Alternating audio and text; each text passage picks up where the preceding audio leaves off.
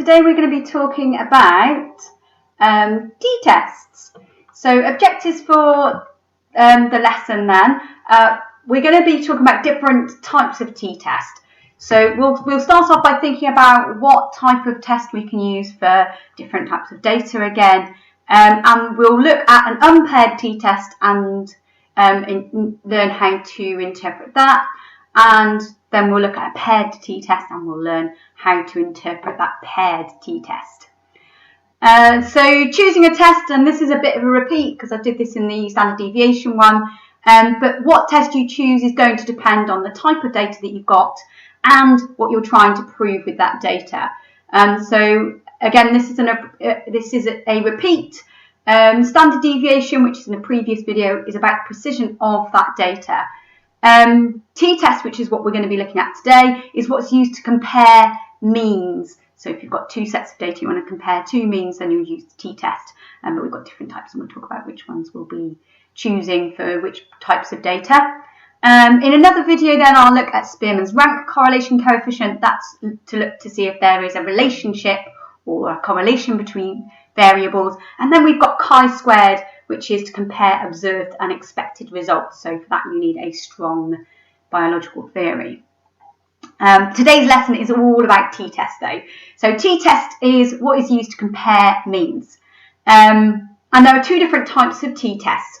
Actually only one of them is in your textbook, but you do need to know both types. Both types are in the specification. You can check if you want to. So I'm going to go through two different types today. We've got the paired t-test. So paired t-test is when you've got two measurements that are taken from the same individual. So for example, if you were looking at the effect of exercise on heart rate for individuals, and you had the heart rate before and after exercise for those individuals, then you would use a paired t-test. Unpaired t-test then is when you've got means and you've collected those measurements from different individuals. So that could be like the length of leaves or number of lobes on a leaf, for instance, but you would use an unpaired t-test. So we're going to look at the unpaired t-test first. And for this, we're going to be looking at a practical that involves the size of shrubs. So we'll look at that in just a moment. Sometimes we call it the student's t-test. So comparing two sets of the same type of data to see if there's a difference in the mean of each of those. And for any t-test, this is all t-tests, you will always have a null hypothesis. And that means that there is no difference between those means. The means are equal to one another. And there will be some sort of alternatives. The alternative hypothesis would be that the means are different to each other. But normally we'd be thinking about the null hypothesis. So are we going to be accepting the null hypothesis, or are we going to be rejecting that null hypothesis? So the results that we're going to be looking at for our unpaired t-test, we've got heights of shrub species. So it's the same shrub species. Some of those are growing in an area where there is a lot of light, and some of them where there is little sunlight. So area A then, or data set A, where there's lots of sunlight, and data set B, where there's not as much sunlight. And because these are collected from different individuals, so each of these are different shrubs, so you're not going to have the same shrub in area A and area B, you've got different shrubs, so it's not paired, so we're going to be using unpaired t-test there. Our null hypothesis for this then is that there is no statistically significant difference between mean height of shrubs in area A and area B. So this is the calculation up here, the formula for our unpaired t-test. What does that mean? So we need to do this in steps. So I've got a step-by-step like I did before. So the first thing you're going to do is to actually calculate the mean and the standard deviation for both areas. You can see that's already been done in here. So the mean and the standard deviation in there. Step 2 then, going to square the standard deviation. So that's this section here. So you square the standard deviation for A, square the standard deviation for B. And then step 3, you're going to divide those standard deviations squared by n, which is the number of individual measurements that you've got for A here and for B there. And you can add those two up. So that's this bit here, you're going to add them together. And then find the square root of that. So that's step number 5, find the square root of that. Step 6 then, you're going to subtract the mean B from mean A. And then we're going to divide this here by this one here. So divide the answers to step 6 by answers to step 5. So let's have a look at that, shall we? So step 1 has been done already. So calculate mean and standard deviations for both data sets, so for A and for B. And then you need to square those. So you can see that I've squared them. Here we've got the standard deviation for area A, which is 6.33. It's going to square that. That gives you 40.10. And then for area B, 6.62, which you square, and that gives you 43.79. Then we need to divide that by n. So n for both of these is 10. So n is the number of individuals that you've got here, or number of measurements. So we've got 10 measurements for area A, so we're going to divide that by 10. And we've got 10 for area B, so we're going to divide this number by 10. So that gives you 4.01, 4.38 there. And then we're going to add those two together. So step 4, going to be adding those two together, and that gives you 8.39. And then we're just going to find the square root of that number. So square root of 8.39 then, 2.90. Step 6 then, we're going to subtract mean B from mean A. So we've got our means here, so mean A 58.1, mean B 41.7, and so that gives you 16.4. And then we're going to plug those into the equation. So T is 16.4 divided by 2.9, which gives you 5.66. So what does this mean? That's what we're going to have a little think about now. So with these statistical tests that we use these tables of critical values. So you can find these online, you can get a whole book of critical values, but you get these tables of critical values. And so what we do is we compare the result that we've got. So in this case, we've got this unpaired t-test result. And we're going to compare that then to a number that we find in this table of critical values. And we can use this here to figure out what that means. So if our calculated value is more than the critical value, then we can reject that null hypothesis. But if it's smaller than the critical value, then we accept the null hypothesis. So more, reject, smaller, accept. So let's have a look at the table of critical values that we've got here. So here we've got table of critical values. Now, to find the right critical value, we need to find out what the number of degrees of freedom are for the data that we've got here. So degrees of freedom, then we just add n for set A, data set A, and then n for data set B, which gives you 20, and then we're going to minus 2 from that, which gives you 18. So we've got 18 degrees of freedom. So if you look in the table here, you can see we've got 18 degrees of freedom there. And so this is our critical value at the 5% level is 2.10. So we need to look at our t-test result. Our t-test result that we got was 5.66. 5.66 then greater than 2.10. So it's greater than that critical value. So if you think back to that MRSA, if it's more than that critical value, then we're going to reject the null hypothesis. So we can say with the in our conclusion then the calculated t-value of 5.66 is greater than the critical value of 2.10 at the 5% level. So the null hypothesis is rejected at that 5% significance level. Therefore, there is a significant difference between mean shrub heights in area A and area B.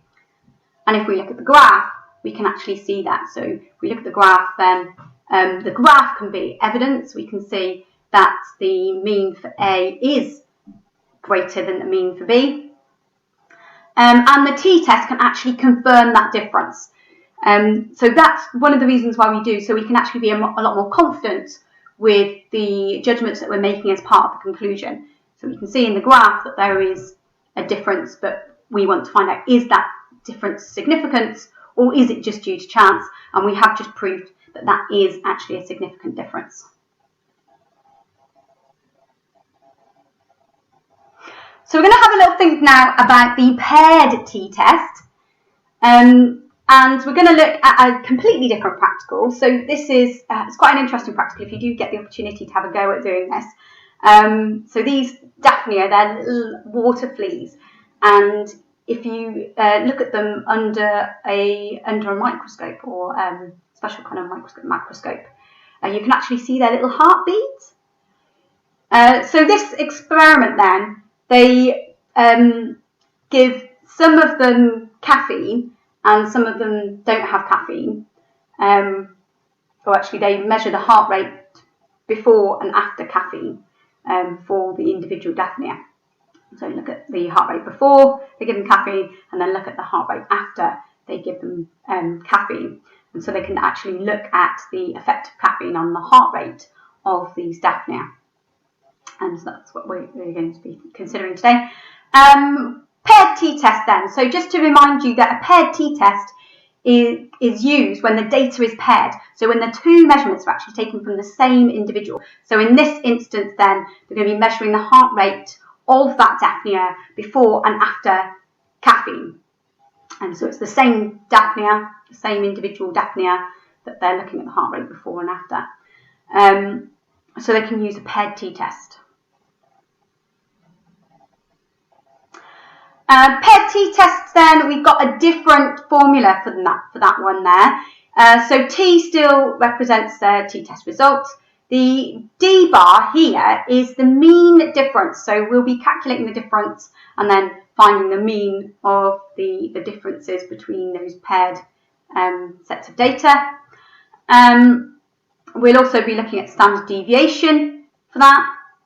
And so SD is the standard deviation there. And N then is the number of paired measurements.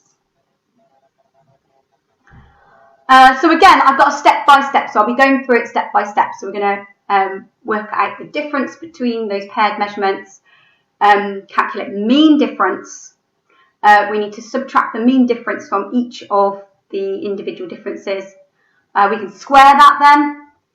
And then we'll use a different standard deviation calculation for this one. So we're trying to find out the standard deviation of that difference. So I'll show you how to do that, but we've got our difference here, and then that's our mean difference there, and squares some of that one. So it's a similar standard deviation equations, just slightly modified version. And then we'll use the mean difference that we've calculated and the standard deviation that we calculated. We'll plug that into the formula here to find out what that t value is, and then we'll write a conclusion for that. So step one then is working out the difference. So the difference between the paired measurements.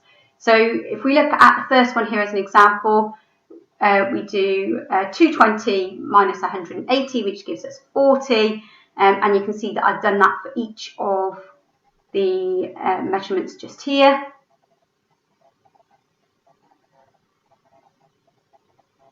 And then once you've got those differences, you can calculate a mean difference.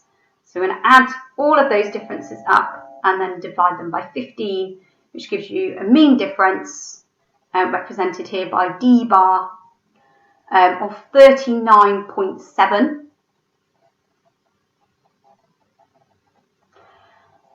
And then you need to subtract the mean difference from each difference. So we're doing this bit here, the difference minus the mean difference here. So as an example, if we get this value here, so that's 40, and we subtract the mean from that, the mean is 39.7, and then we get 0.3. So I've done that for each of the values just here. And then I'm going to square it. So you can see our d minus d bar here was 0.3. So difference minus mean difference 0.3. And then square that, that gives you 0.09. And then I've done that for each of the values coming down. So for the whole table there.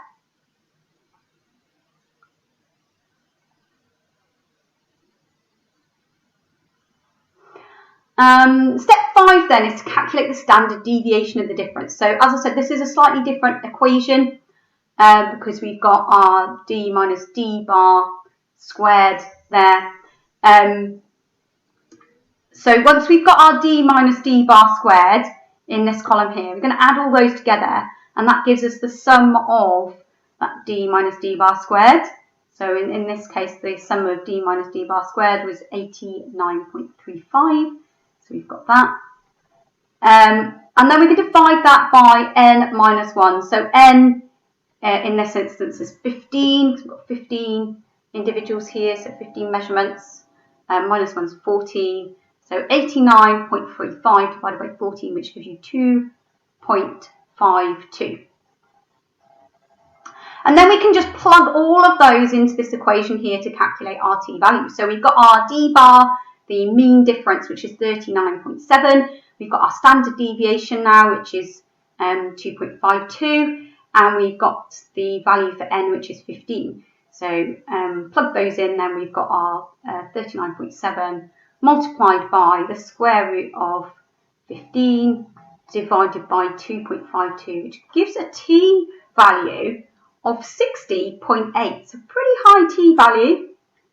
And again, we're going to need to compare that to a critical value. So just thinking back to earlier on, we've got this MRSA, so you need to remember MRSA. So if our calculated t value is more than the critical value, we reject the null hypothesis. So null hypothesis is that there is no difference in heart rate of the Daphnia before and after caffeine. So if our calculated value is more than the critical value, then we will reject that null hypothesis. And if it's smaller, then we accept the null hypothesis. So we've got 15 measurements. So we've got 14 degrees of freedom then. So it's n minus 1 to get our number of degrees of freedom. And you can see from the table here, our critical value at 5% is 2.145 and 1.1% is 2.977. And if we think to our t value, which was 60.8, that's much, much higher than the critical value. So it's more, so it means we're going to reject that null hypothesis. There is a significant difference. And you can see from the graph here, you can see in this graph that the heart rate after caffeine is actually much higher than the heart rate before caffeine. And we've got the standard deviations on there. So standard deviations are really small on here, which shows us the results are really precise. It's a really good set of data here. Our calculated t value then of 60.8 is much greater than the critical value at both the 5% significance level and the 1% significance level. So at both of those levels, we can reject the null hypothesis. And that proves that there is a significant difference between the heart rate of Daphnia before and after caffeine. So any of those differences are not due to chance. There is a significant difference between those two. Now, sometimes you end up with a negative value. What you need to do with that, so that's just because of the way that you subtracted it. One could say that you've subtracted it in the wrong order, so the smallest sample minus the biggest sample. treat that negative value as their positive counterpart. In other words, if you've got minus 60.8, because that's greater than that 2.10, we would be rejecting the null hypothesis again in that instance. Okay, so even if you have a negative result, you're going to look at the absolute value for that. So it checks to see whether that absolute t-value is bigger than the critical value that you've got from that reference table.